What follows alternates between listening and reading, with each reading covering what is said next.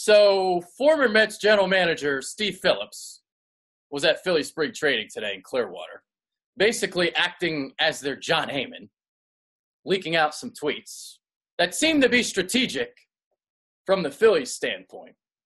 We'll see whether or not you agree. So, here's the thing about it. I didn't like the tweets. I didn't like them. You know why I didn't like them? Because it seems like the Phillies are more interested in winning the negotiation than winning the player. Win the heart of Bryce Harper. I don't care about the game and negotiation tactics. Win Bryce Harper. All right, so here are some of the tweets from Steve Phillips. The source indicates that the Phillies believe their chances of landing Bryce Harper are remote. The obvious question is whether they would pivot to Keuchel and or Kimbrel. My sense from our interview with Matt Kalintak is that they won't play on Keuchel and only maybe on Kimbrel. Even without Bryce Harper, the Phillies are a much improved team. Sure, there may be some disappointment if it ends going this direction, but they can stand toe-to-toe with every team in the NL East right now. It has been a very good offseason regardless. Remember, in contract negotiations, that players have a say in it too. It takes two to tango. A club can do all the right things and still not land a player. I know this will fall on deaf ears for Phillies fans right now if, in fact, Harper does choose to go elsewhere. And then one last tweet. One of the obstacles in the Phillies negotiation for Harper is the opt-out. The Phils prefer an opt-out after 5 years, and Scott Boras wants an opt-out after 3 years. I can't imagine that it's a deal breaker for either side, but it has been an obstacle to slow the process. So it seems like the Phillies are like strategically trying to make it seem like they're kind of moving on from Bryce Harper and taking that offer off the table. It seems like a ploy, again, to get that meeting with Boras. And then, hey, let's sit down. Let's get this deal done. We're sick of this shit. Let's get it done. That's what this seems like. To me. And it seems like the Phillies still think that Bryce Harper isn't going to sign that short-term deal, that he wants the long-term deal. So this seems like, again, a strategic ploy from the Phillies standpoint. We'll see what happens.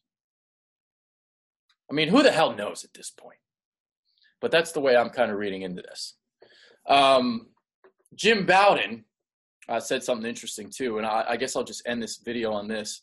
Actually, before we get to that, the opt-out thing. The 3-year opt-out. Now, the reason why he wants the 3-year opt-out is because of the CBA. But here's the thing. From a Phillies perspective, I mean, Steve Phillips tweeted about it, right? I mean, like, they believe that the Phillies are a much improved team. So if you're a much improved team, then Bryce Harper at 3 years from now will probably still want to be on the Phillies potential. Maybe. We'll see about that. I mean, how big of a contract is he really going to get at 29? Because that's what he'd be after the 3-year opt-out. I mean, look what the Phillies did. Traded for JT Realmuto, traded for Gene Segura, signed Andrew McCutchen, signed David Robertson, made all these splashes. And if you bring Bryce Harper in here, the Phillies will be winning baseball games. And I'm not so sure that Bryce Harper would want to leave after 3 years. This is why you just do the opt-out. You just give it to him. If he wants it, give it to him. You just give him what he wants at this point, damn it. Fucking March. Well, it's going to be March on Friday. And we're still trying to sign Bryce Harper. All right, so here's the Jim Bowden video that I'm going to close the video with. Why would he lean Dodgers if it is close? Well, when the process started, Bryce Harper made it clear the Yankees, the Dodgers, and the Cubs were his 3 favorite spots. So those 3 teams bid. He really wanted to go to one of those 3.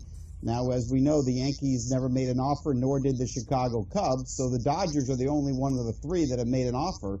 So if they bid anywhere close financially and do a deal that he likes, he's going to pick the Dodgers. Now, the other team that we can't ignore right now is the San Francisco Giants. Why? Because Larry Baer, their president, and Farhan Zaidi, their GM, got on a plane yesterday. They were in Vegas yesterday.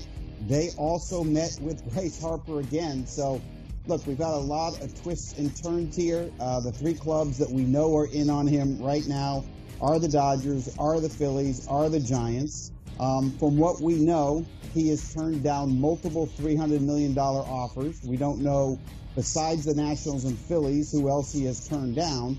But the Dodgers and Giants are both in play here, so we just got to wait and see how this plays out. You know, will the Dodgers step up? There are some people that believe because Kershaw's shoulder is barking a little bit and because Andrew Friedman was not able to trade for JT Realmuto or Corey Kluber or wasn't able to make other trades to make this team better because of a thin farm system, that they might pivot and offer more years in dollars than they were originally planning to. But the drama continues, and I got to think probably now we're going to bleed all the way until March, which, by the way, is Friday.